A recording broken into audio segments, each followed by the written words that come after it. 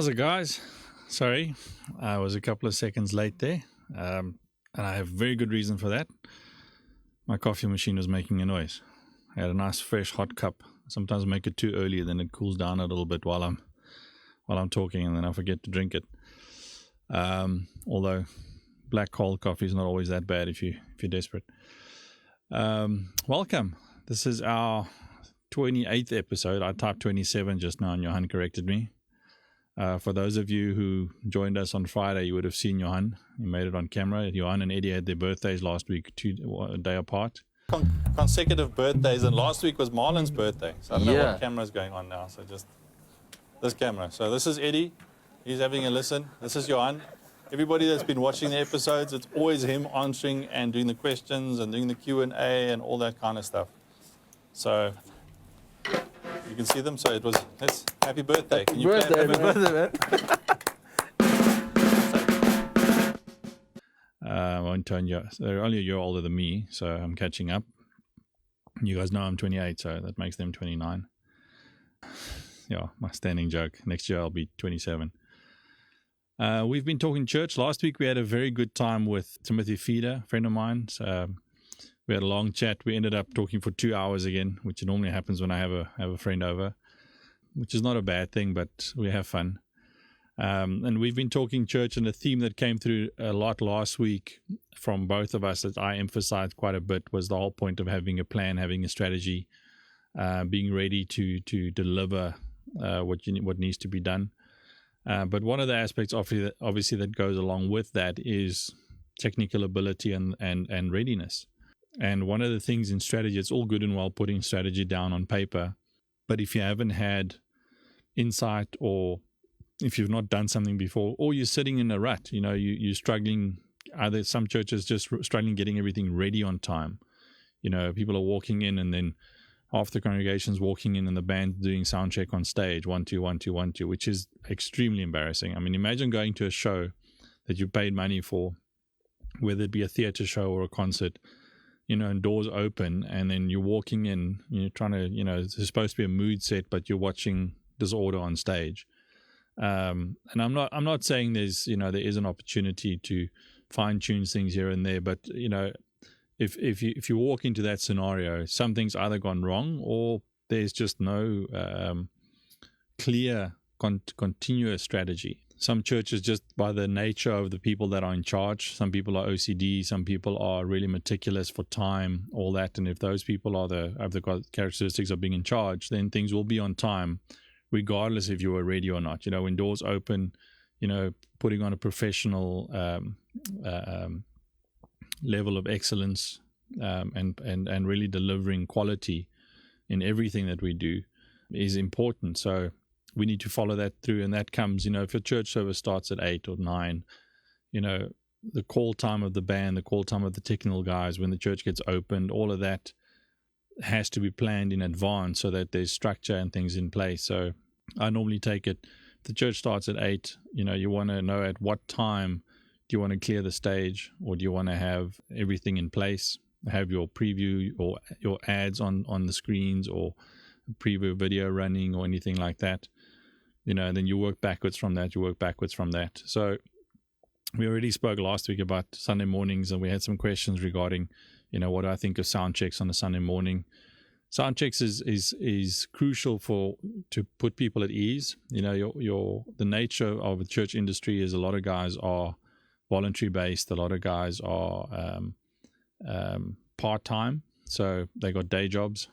Music can be a day job, but some people are either banking or lawyers or nurses or doctors or business guys, business owners, all that, and they've got a skill which they choose to utilize in church and worship. So for them, they've got 2 or 3 times a week where they utilize that skill. So there's some nerves there and all that kind of stuff. So having that opportunity before service just to plug in, check everything works, get the mic working, check your ears are working, is a level of comfort that comes in.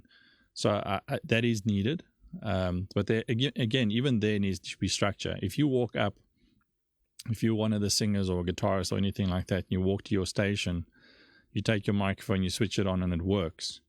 And everything is as expected, roundabout. There's a certain level of little bit of a breath out that everything's sorted.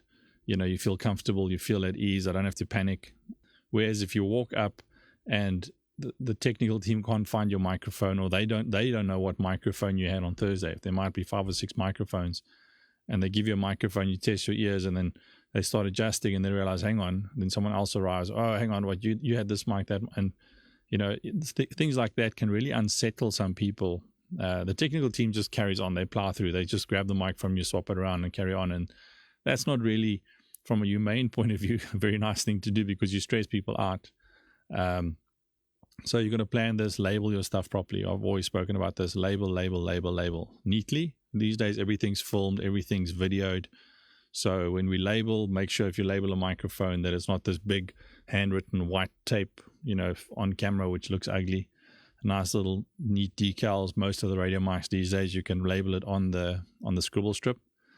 So you can look really nice and professional. Although those things, you don't see them nicely backstage in the dark. So then we have docking stations. We use frying pans. I've made some foam cutouts for different churches where you have a tray where you've got lead vocal 1, 2, backing vocals, all that. And it's the microphone with the in-ear pack, everything nicely labeled, even with names on. And that's where they put it down when they come off stage, and that's where they pick it up when they go onto stage. Keep everything in one place, keep some order. All of that kind of stuff just puts people at ease.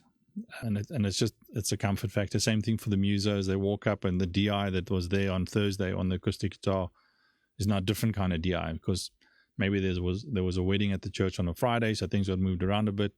There had to be a bass DI, and then it was a BSS, and now it's a radial.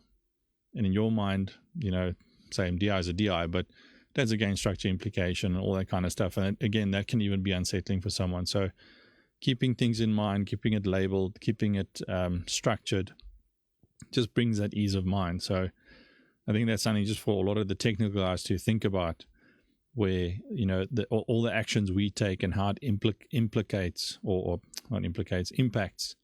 the people on stage. It's nervous enough standing in front of all those people. We get butterflies. Boss Ray always said, he still gets butterflies. They just fly in formation, but they're still butterflies.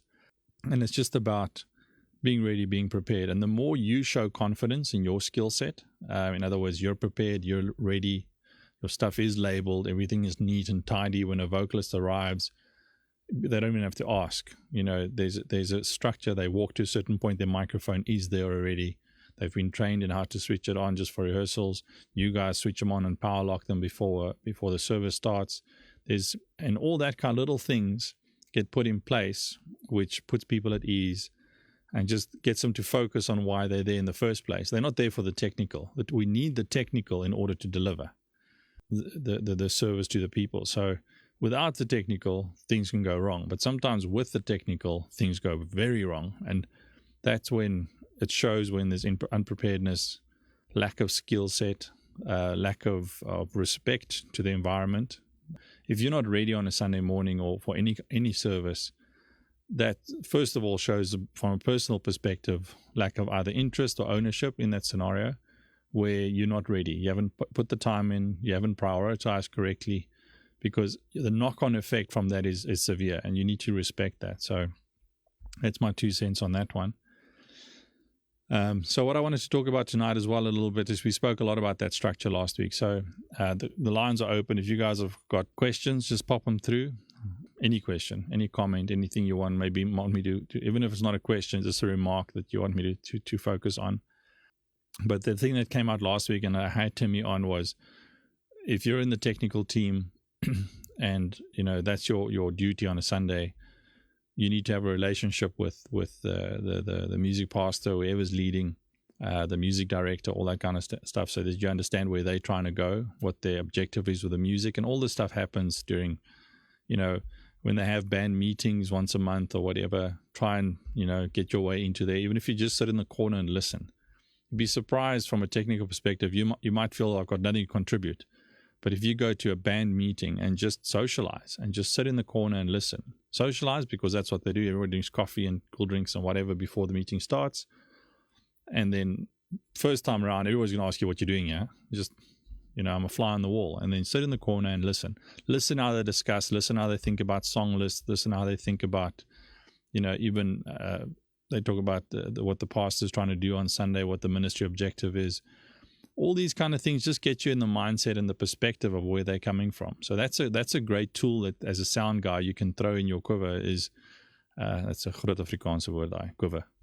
Just involve yourself in the life of the music ministry from that perspective, and you'll be surprised how much more easy the communication gets, how much more you understand certain requests that come out. If you're never involved on that side of the fence, you're always just technical. Then they walk up onto stage or arrive at a rehearsal and they ask you to move a guitarist, or can we bring that guitarist forward, or X, Y, Z. And in the meeting, they discussed that on this Sunday, there's one song that they actually want him to feature on, or he might sing, or, the pianist is going to sing this Sunday, all that kind of stuff. And if they catch you off guard, number one, the pressure hits you, you're not prepared for it, and you feel ambushed and you can react, and it gets ugly.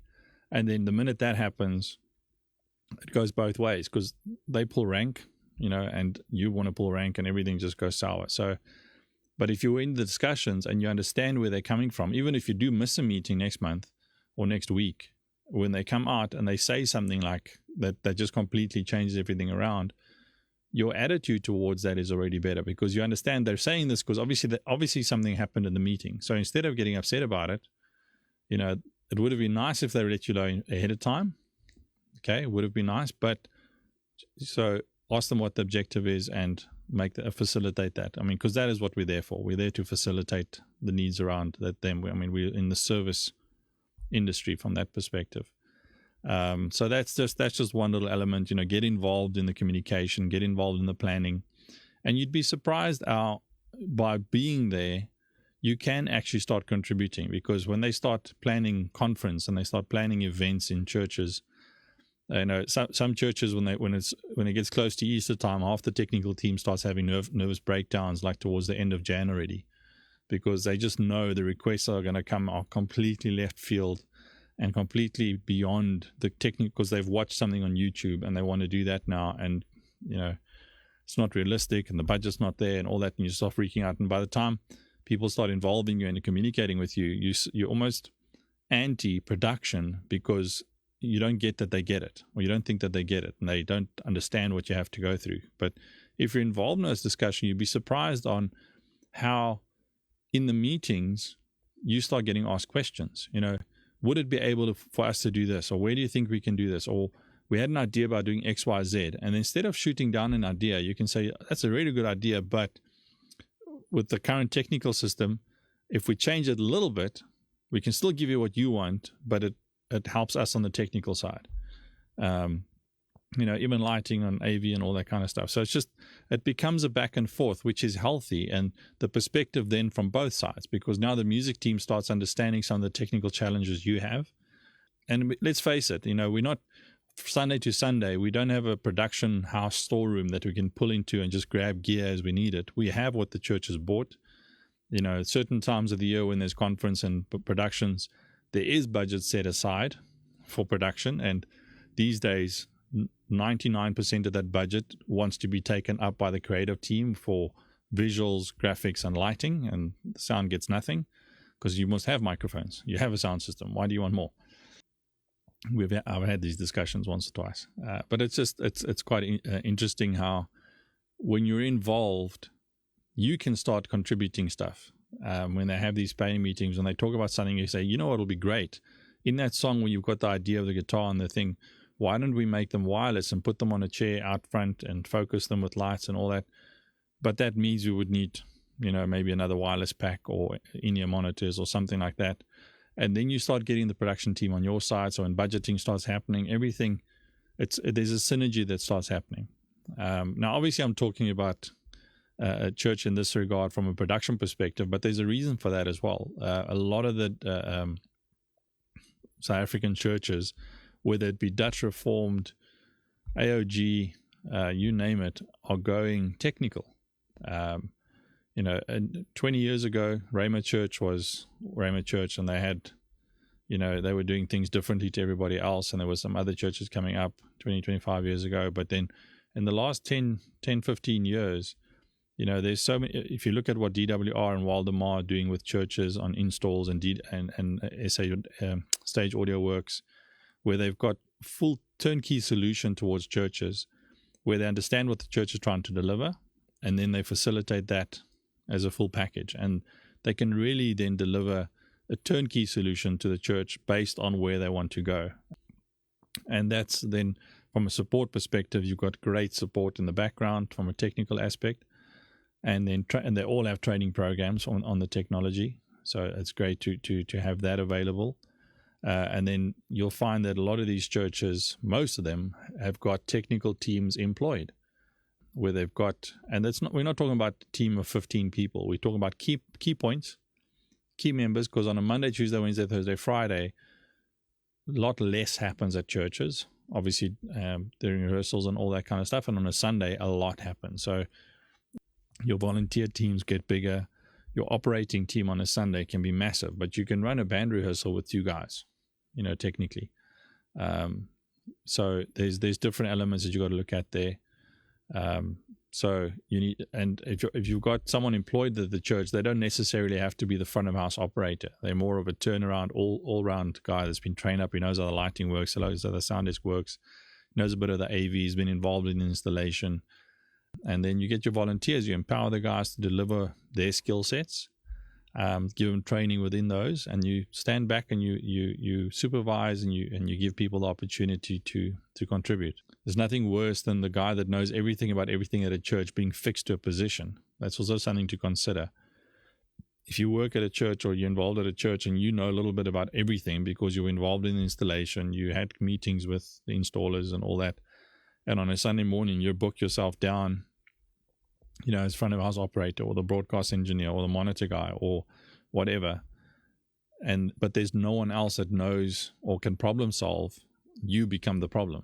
You're the problem that needs to be solved, because whether it's the mother's room volume that's too loud or too soft, whether it's the feed that's not going through to a certain area in the pastor's lounge or into the foyer or bookshop or whatever, someone has to problem solve that kind of stuff. And if you haven't trained up people to do that, it becomes very difficult to do that correctly. And then we need to train up people. So it's a great opportunity. The church is a phenomenal training ground.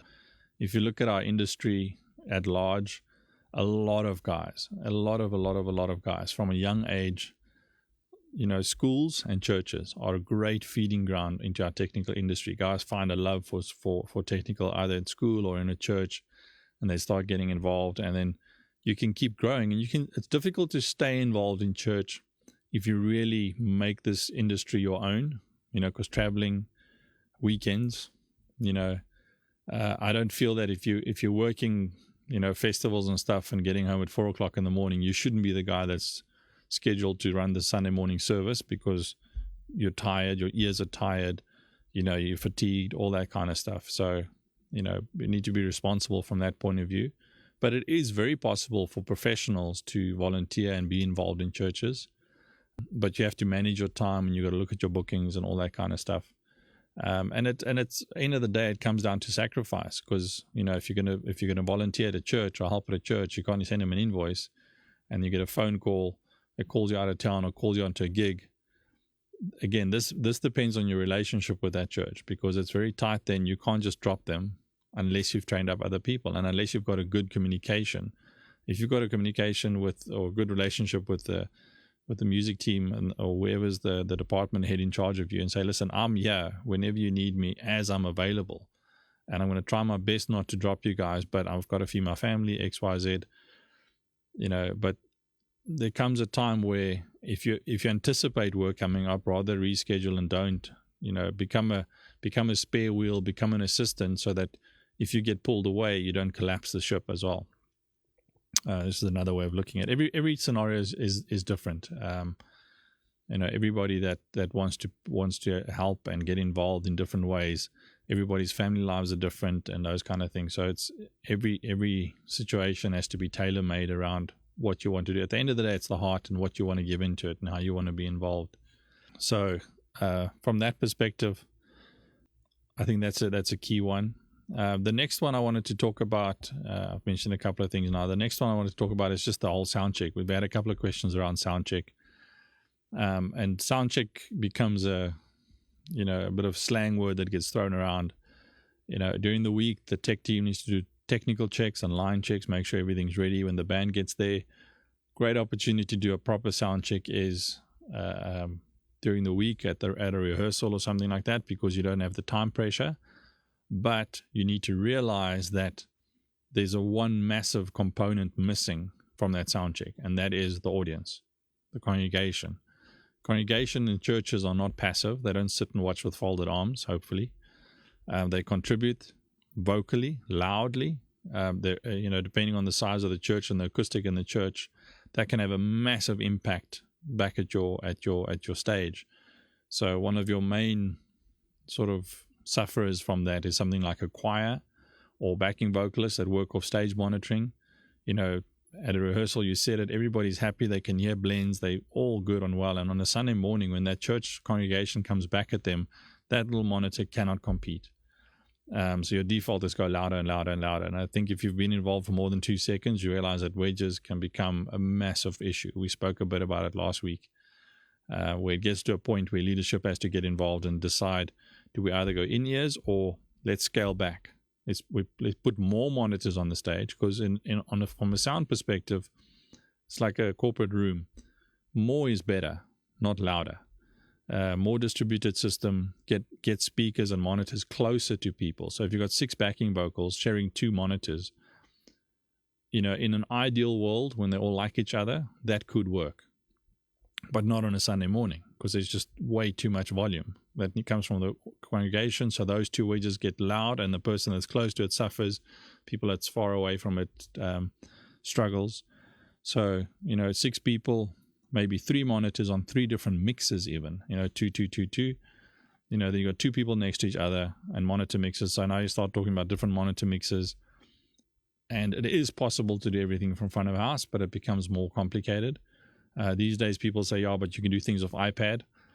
The last people I want to give iPads and control to is people that work on wedges, because they can mess the sound up for more than just themselves. They can cause feedback, and they can really have a massive impact on everything. If you're in in-ears and you do your own thing on your iPad or your cell phone, you can really mess up your own mix, which can affect your performance. And yes, obviously that has an impact on everybody, but the congregation might not know about that, unless your face really pulls weird. So it is a thing to think about. You got to plan your monitoring, just having more vocals, because if you want to have everybody involved, is sometimes, the sound team doesn't always agree with that, because not everybody sings. Not everybody plays like they're supposed to play. Like we said, you're mixing, but you're panel beating because people don't know the parts. They don't, if there's 12 vocalists and there's not been a training program for mic technique, those 12 vocalists become a nightmare, because you can't get a blend. And they'll be the first people that, if there's 12 vocalists and they rotate and there's 2 sitting in the auditorium on a Sunday, the vocalists will all criticize the blend of the vocals. Meanwhile, if they understand the perspective on what you're going through from your side, if there's 12 vocalists all projecting, all singing, all using the microphones correctly from a technique point of view, considering hand noise, not cupping the mic, all that kind of stuff, you get what you need as a tool to create a nice blend. And if you do your gain structure properly, they pretty much blend themselves. But if you've got one that's, trying to do, tickle the tonsil song, and the next one that's scared of the microphone, the minute they hear themselves, they pull back, and other ones that, they want to be Eminem, and, there's so many different things, and you put them all there, and then, when they were saying on Thursday night around a table or a couple of chairs, and they sounded so beautifully blended, that when they do that with microphones, there's nothing you can do from a sound engineering point of view to fix that, because the texture between the mics are so different. There's noise on this one, there's no noise on that one, this one's cupping the mic. So there's training that needs to be involved. So again, this is something that can come up in your meetings.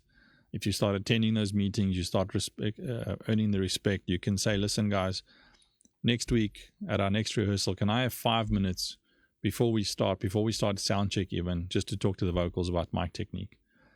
And you need to be able to demonstrate the good and the bad so that it comes across. Take the microphone, use the microphone. You need to understand and show them what works and what doesn't work. And screaming down the microphone and telling people, look, it's loud, don't have to be louder, is not realistic either, because some people do have soft voices depending on the notes they sing in a chord. You know, if you're altos or bass voices or things like that, it can be very difficult to get volume and project that loud. So you need to understand that perspective as well. But still, if the microphone's being used correctly, it does help. So and it's just training is training, and building the relationship, which we spoke about a lot last week. Building the communication opens the door for you to have input into these kind of things that I'm speaking about now. Whether it be the schedule before service, how the guys get ready, whether it be what happens on a Thursday night. And I've said it again last week as well, you know, Sunday morning should be a quick tech check, settle everybody in and get off stage. You should not be rehearsing on a Sunday morning unless it's absolutely needed and things have changed. Because it can throw everything out. You shouldn't be doing sound checks or band rehearsals on a Sunday morning, because that's the thing that happens. And then, you know, you run out of time very quickly. And especially with these days, with the amount of multimedia that gets used and all that, if that's what happens on a Sunday morning, the whole technical team is thrown on the back foot because they can't start doing what they need to be doing before the service and preparing because their focus is on you. So you need to respect that as well. I'm starting to get some questions through here. I'm just going to look here. What is the key equipment for churches to keep up with industry scale or industry levels? Look, if you've one thing that happens in a lot of the new churches that are going up is they become what they call multifunctional venues. So one of the business plans within a church, if you look at Mosaic Teatro, Mosaic in Fairlands, they built the complex as a conference venue of which the church is a client, and it's kitted out from a technical perspective now with what they've put in there with Stage Audio Works, with the DMB, and with DWR they put in the Digicos, and with DWR also the lighting. They can pull off an industry level event technically quite easily, and on Sundays the church benefits. But that also means they can rent out the venue on Fridays, Saturdays, Wednesdays, whenever, do conferences, and they get money back. So it's a way of paying for the gear. Some of the older churches would want to do that, but if you've got benches and you don't have a flexible stage with a backstage and all that, it's very difficult for other events to happen there. So these days with the newer buildings that are being built, they take a lot more of a concert approach in what they do backstage, structure-wise, all that. You can make it look like you want to on a Sunday morning with your tech, and utilize it. And you know, from a music perspective, you might not be using all the power. From a lighting perspective, you're not putting on a rock and roll show. But if you get the right operator behind that desk on a Saturday night when there's another concert in there, whether it be Michael W. Smith or whatever, you can really have it look amazing. Lakewood in the States is like that. If you look at this church service and then you look at some of the DVDs that have been shot there, I think about that now because Michael W. Smith did do one of his latest DVDs there. It looks like a different room. And they don't change the tech out. They just operate differently. Switch the house lights off, you know, and reprogram and change the stage around a bit.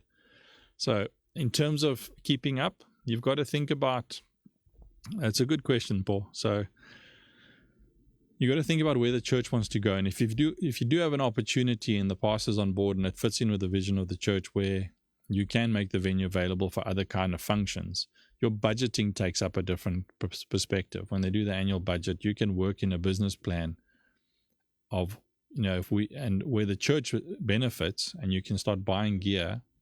But the infrastructure is a thing that's key. So if you look at a venue, even if you take Sun Arena as a template, Sun Arena put in a really good sound system, a really good lighting system, front of house, and a lot of additional infrastructure, fibers, network everywhere, all that. So whatever international gig comes in there, if they don't use their front of house console, they take it out, but the fibers are there, the Cat5s are there.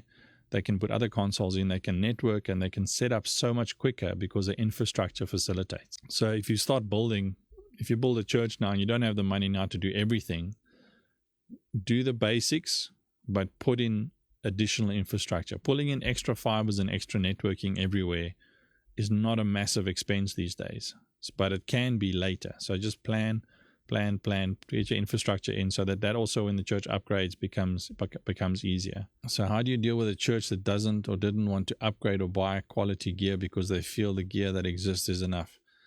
Well, it sort of falls into this previous question where, if what the church has is fulfilling their needs, regardless of the quality, as long as it's not disruptive, it's fine. So if they got it from cash converters and it works, pastors, everybody can hear what the pastor's saying, the music team's happy, but they paid $5,000 for it or 500,000 Rand for it, it doesn't really make a difference.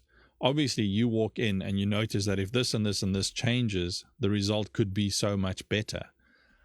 They don't see that, and they can take that as an offense, actually, when you walk in and you say, well, this is all wrong. And they think, well, we've not had a problem. We never have feedback. Everything works. If you walk in on a Sunday morning, flick a switch, it works. And I've seen a lot of guys that are involved in the industry professionally, when they join a church or get asked by a church to come and have a look, we tend to come in with a perspective of how things should be done. And that's not the right way. Your first port of call should be, what are you guys trying to achieve? And then understand that properly, then look at what they've got, and you can point out 2 or 3 things that what you're trying to achieve is X, Y, Z. This is what you've got. If you change that one component out, you'll actually get a better result in line with what you're trying to achieve, whether it be your streaming result or something like that. So you give them a solution in line with their current objectives. So that's one way of, like your wording there, is dealing with the church. So you don't have to deal with the church. I mean, it's a tricky one. If you walk, and it's not even a church, if you walk into a nightclub and it's a bunch of homemade speakers and the people are all drunk and having a party, the manager is not going to listen to you when you tell him this PA is wrong, you should upgrade. His bar's going ching, ching, ching, ching, ching, he's happy. I know that I'm not talking church now, but I'm giving you the human perspective. If he's trying to get in bands to promote his club because he doesn't have people through the door and he wants to create foot traffic, and bands don't want to come play there, all the bands that come there charge him more because they've always got to bring in extra gear, that's when you can have a conversation. Say, so if you look at what's happened over the last year, all these bands, if you upgrade and you put this gear in here, the bands can plug and play a lot quicker. The sound check time is reduced, the setup time is reduced, and it's neat. You don't always have all this stuff stacked everywhere. And you can pay the band what you normally pay the band, but you don't have to bring in the extra gear, and you can probably have a couple of bands on a night, and your PA, your DJ is going to sound a lot better. Everyone's going to be happy, and a lot of bands would want to play here or not pull their nose up. Then that's a financial decision that he's got to make. Finally, took 2 weeks for someone to see the corona over my shoulder. I don't drink. I got given that, so I thought, let me put it and see. It was standing exactly there last week, and no one saw it. But Puleng, you were late last week. How do I explain church bands garbage in, garbage out in English? We spoke about this a bit last week. This is where the relationship thing comes in, because again, if the church's objective is quality music and they want a recording and they want streaming quality and all that, they tend to involve someone with some music background and all that. And I can give you 6 carrots and an onion, but you're not going to make a potato salad unless I give you potatoes. So at some point the right ingredients has to be in the mix. It becomes a touchy subject in churches, and we spoke about this last weekend with Timmy, where people are too nice. They don't want to offend. They don't want to tell Auntie Katie that she can't sing. And Uncle Phil on the piano, he's got only 7 fingers that are still working, and you're trying to do Planet Shaker songs. It doesn't work. He knows the chords, but it doesn't work. Because, and the same thing for the sound guy. If the sound guy is an old school jazz fan, and that's your approach to the sound, you're the one making the mistake. You've got to approach it from the right perspective as well. Genre and understanding genre is crazy important. So garbage in, garbage out, quality in, quality out. Quality in, garbage out is very possible, and garbage in, okay out is possible. So quality in, garbage out, which means the sound guy is messing it up, but garbage in, you can't get quality out, because the best sound guy can't, and I use that example of the carrots and onions and the potatoes. I can fiddle and panel beat as much as I want. Even these days with some tuning tools and all that on vocals, but if there's no groove on stage and the drummer's inconsistent, and it's just it's slow motion train wreck, because you don't have a stop button, you don't have a pause button.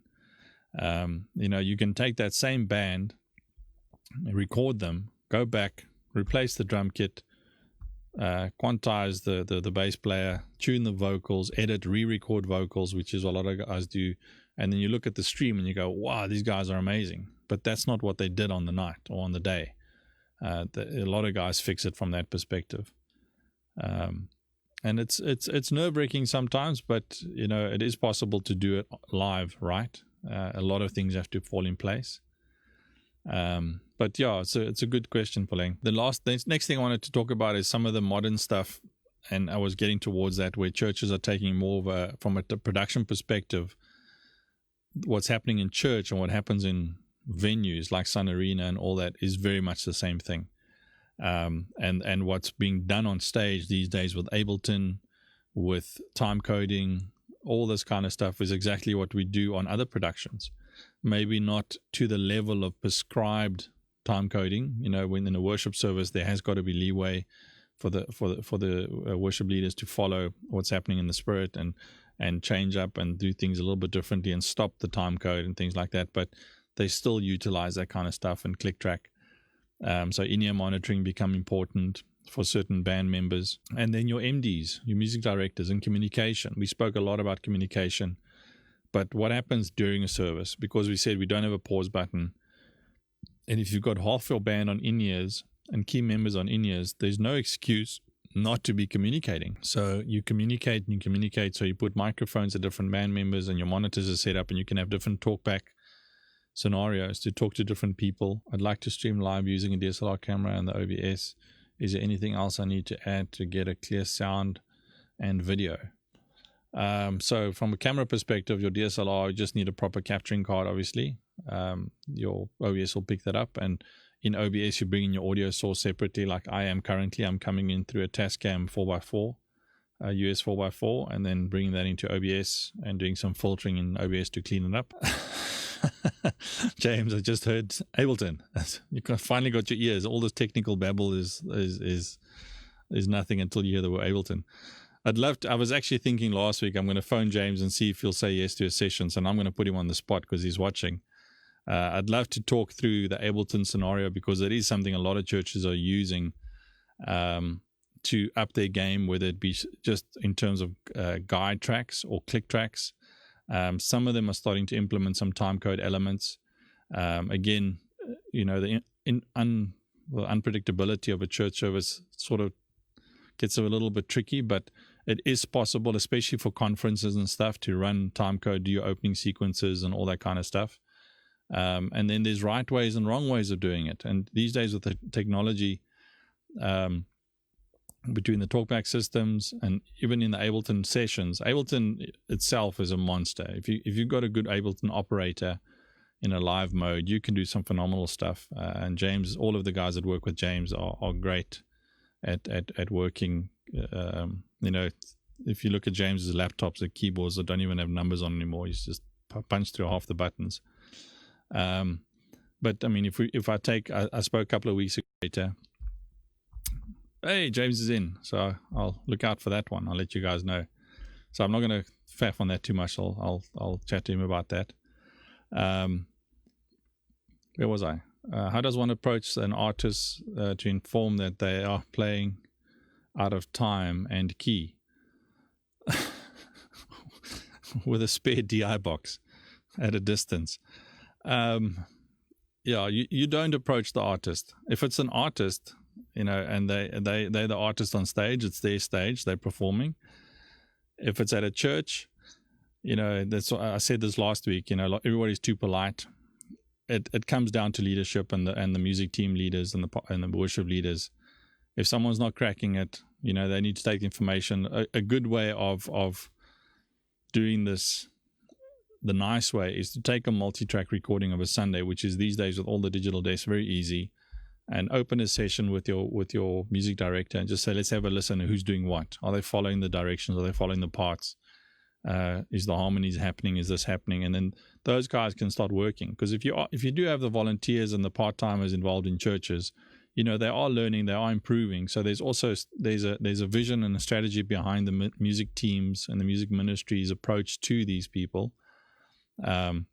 From a development perspective, a lot of churches have got technical skill development programs in place, and they've got leadership development programs in place and all that. So these are great tools that they can have. I mean, for 10 years ago, you didn't really have the opportunity until you tried a live recording and then in the live recording you hear what someone's doing because they're hiding behind everything. But these days there's a lot of tools available to do real-time auditioning of different elements, listening between things, even with a lot of the planning center online, some of the systems that the churches are using. If you have a band practice on a Thursday night, you can be sending out real time on Thursday night after a practice. People are going home and they're listening to what they did. They're listening to band mixes, they're listening to vocal mixes, they're listening to raw stuff of what they did in those rehearsals, so they can track through that stuff and come back on Sunday. If you're going to do, I heard one of the songs that's been doing the rounds on almost in every language and every channel is,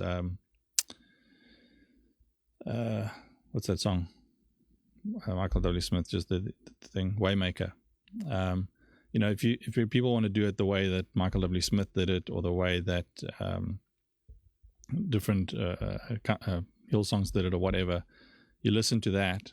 You come to band rehearsal, you play it, you work out how you're going to do it, and then you go for the next 2 days before Sunday. You listen to the Hillsongs version again, or you listen to the Michael W. Smith version again, and on Sunday morning it's your band again, and it's a different feel. If you guys are in and you're committed to a structure and you're committed to a style of performing that song, that's what you want to be listening to. That's what you want everybody to get into. So utilizing things like Ableton to track back into Ableton, so by the end of the night, the music director can hear what the band's been doing. You can send out notes and identify all those different kind of things. So Willem, I don't know why you're asking me that question. I tend to, before I throw the DI, I just reach for the talent button and turn it up a bit, maybe in the talent and timing. There's those two knobs on the new desks, and you tweak those just right and it works well. And then the third one is the mute button. So yeah, I mean, I'm enjoying the questions that are coming through. I think I've said everything I wanted to say tonight. I'm going to have some, trying to look at, I've got Facebook on this side, but obviously it's out of time with what's happening on this side. So if I look there, I get confused. So I'm looking over here where Johan's throwing me the questions. But thanks for watching, James and Willem and Puleng. Thanks for joining on time. We spoke about punctuality last week. But if there's anything else you want me to discuss or we want to go through, considering costs, is it worth doing a broadcast mix for church sermons, or is it taking a matrix? So, well, depending on what it is, if it's just for the church service, and the main thing about a lot of the churches that are streaming is more the pastors preaching, you need to take something alternative like a matrix, because you need to process it and master it at a different level for your streaming loudness. And I think I'll get Johan to put in that same tag that we put in last week, which gives you the document of the different delivery methods or delivery standards for streaming or broadcast. If music is something that your church wants to stream specifically, if you look some of the churches where the band is doing a lot of stuff, it is worth, these days, because we're not having church, your mixer becomes your broadcast mixer, because everybody's just broadcasting.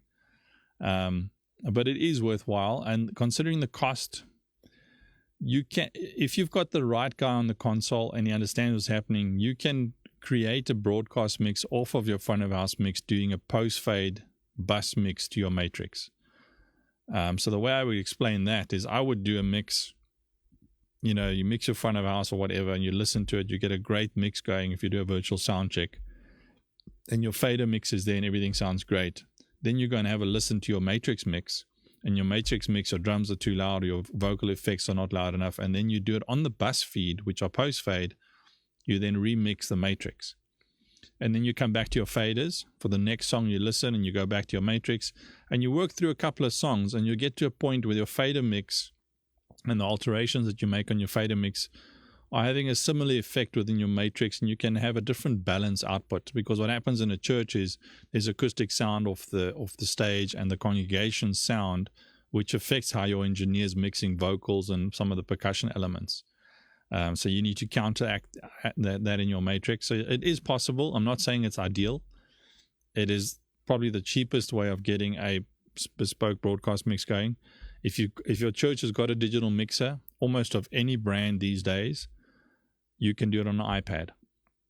You take that matrix, you give it a post-fade bus feed, you get a guy sitting with an iPad, and all you do is you patch on the stage box, you patch that, double up that matrix feed to him and the broadcast guys. So he's got a pair of monitors sitting back in the baby room or somewhere, and he mixes on the iPad. There's a bit of, you're taking a chance there from a technology perspective for a little bit of latency and all that. Some of the GUIs and the interfaces are really, really, really good in terms of response time, but you can get a really good response going. So you end up with an iPad with a completely different broadcast mixer. It's the listening environment and the mastering chain that becomes important. The downfall with doing it like that, if you are mastering for loudness, is the guy that's mixing on the iPad is mixing into the output compressor. So I would set it up in a couple of different ways. I would send him a matrix feed pre-mastering and get his mix going, and then master it for your loudness. But the guy mixing shouldn't be listening to the loudness, because you can end up you shoot yourself in the foot. It becomes a very evil turnaround. You're mixing into a compressor and you don't realize it, and some of your mastering processes, their response times are different to your fader movements, and you get a bit lost there. So there's an answer for you in Debiso, because at the end of the day, also if you're going to go take the route of setting up a broadcast mix, it becomes a studio. If I take Little Falls or Rhema, or even CRC churches, or a lot of the big churches have got a studio backstage with a different mixer in them, digital split off MADI. Little Falls actually mixes it in Pro Tools, so they got templates running. They sit and they rehearse, and they do their mix in Pro Tools, which means you need an operator that really knows what he's doing. It takes a bit longer to react in those templates, but it is possible. Where other people have a live type mixer, either Yamaha or Soundcraft or Midas or something similar to what's at front of house, also in the broadcast studio, so that you have a continuity in terms of your signal flow and your distribution, and your head amp control and all that. But then it's another body, it's another studio, it is more expensive. But if that is a focus of the ministry, it would lend to that solution. Paul, and listen to it on the right type of monitors. Yes, obviously. That's another discussion, studio monitors and type monitors. As long as it's something that reflects something similar to what the user's going to have at home. And for me, most little near-field monitors are okay if your listening level is okay. One of the things that I've heard on a couple of the stream mixes that I've watched is you can almost, especially a lot of the churches that didn't used to stream in the past that are now streaming, and the same operators are doing, the guys that were doing front of house and monitoring is now doing the stream mixes. The most common mistake they make is they listen too loud, because they're so used to PA and feel. So you go loudest to get that feel. And when you do that loud perspective, you're so immersed in that mix, you get a false reference of loudness and level. Then you go and listen at home and you think the stream messed it up because your bass is nowhere and your reverb is just overpowering and or vice versa, because your listening level was wrong. So you need to be listening at about 82, 83 dB SPL on a decent set of monitors in a good room. Do your loudness on that, and then that'll translate well onto most TVs and devices. If you're following the loudness rules, and I see Johan's put it in there, and following loudness is important, because people, if you're scrolling on Facebook or YouTube, and you find a good picture, you click on it and it's way too soft, or there's a buzz or something like that, you're just going to scroll past. But if you see it and you click on it and it's there and it's in your face, it's a thing that keeps you. The picture might get your audience hooked or, to click, but the sound will keep them there. If you're watching a clip and it's okay picture, but the sound's amazing, you got more chance of staying there, where if it's a great picture with bad sound, you're going to scroll. Unfortunately, that's just the reality of human nature. So thanks for that question, Luiso. But yeah, I mean, any kind of thing like that you guys want me to chat about, I think I'm going to enjoy the chat with James. I'll make contact with him tomorrow, and we'll plan something for next week or the week after. I know he's a very busy man, and we'll get him involved. I might even get him into studio so we can play some stuff real time. How do you think about that, James? We'll keep social distancing. I'll put a desk in between us. Then on Thursday, I'm going to carry on with my S6L demos. I'm looking at snapshots and plugins on Thursday night. I'm going to be doing that downstairs in the studio.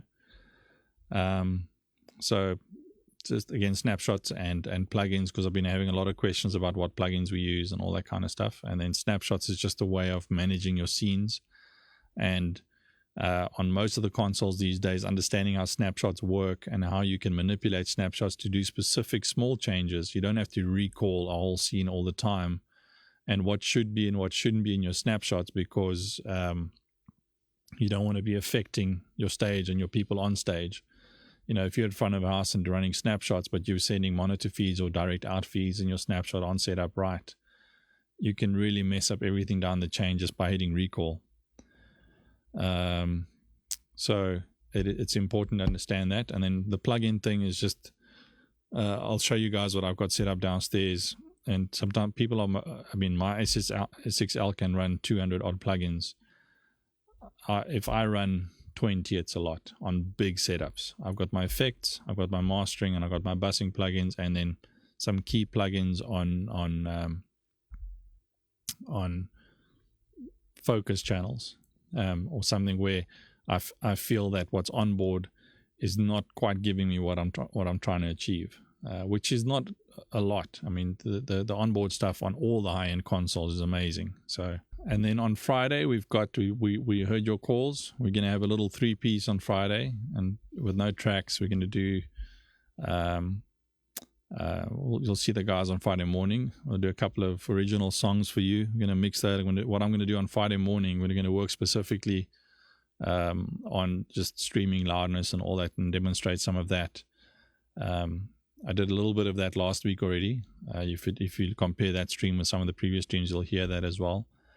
And then I'll take some questions on that. But yeah, thank you, everybody. I think I'm going to call it quits for there now, and then I'll see you guys on Thursday night. Enjoy it. Send your comments. Like us on Facebook. Subscribe on Facebook and on YouTube. Our numbers are growing nicely. Johan spends a lot of time getting the YouTube stuff ready. So we're live on Facebook. At some point, we're going to switch over and go live on YouTube instead of Facebook, and then we'll just link it from Facebook. I don't think we're very far away from that. Just probably a better stream to do the streaming on. But yeah, so keep sending your comments, and thanks for supporting us. Thanks, guys.